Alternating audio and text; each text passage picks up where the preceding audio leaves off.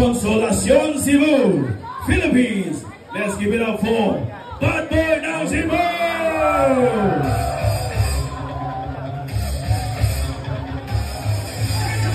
Right now, boxing fans, we are now at our newest peak sa atong Facebook Live viewers. We got 168,000 views sa atong Facebook Live viewers. Before we begin, ato say clear atong ring. This is 3 rounds of boxing. Boxing for a cause. Bad Boy ng Cebu versus Ferdinand de la Merced.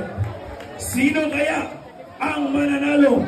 Kinsa kaha ang mabunog for tonight's boxing event?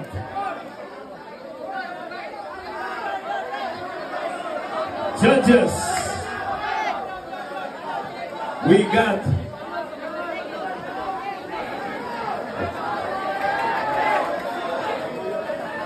now sa tanan, ha? Ato say clear those stage, ato say clear. Ginhawa na gamay, ha? Of course, ato acknowledge the 3 judges at ringside scoring about J.D. Sanchez, Pocholo Padilla, and Victor Cogal before we start. That's on your cue. Bell referee, Fernando Ocon. On your cue, wearing white, on the ring. Seryoso na kasanan. Kinsa kaha ang mabunog. Nain mo piswa. Kanawa ko. Na ano. Pahila. Karuwa. Wala ka ba this box?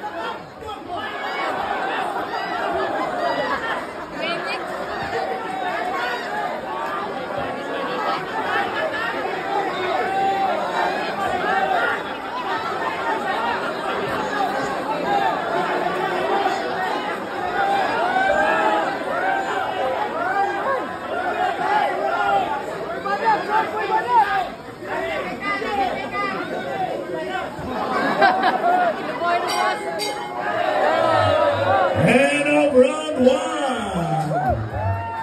Para ninyo boxing fans, kinsay nakadaog sa round 1. Bad Boy ng Cebu. Wala pa. How about Ferdinand de la Merced?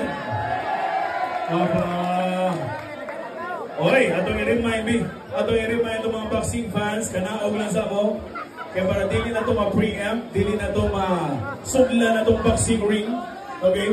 Hello, siguro magpaplan niya good ba? Coaching. Muna siyang coach.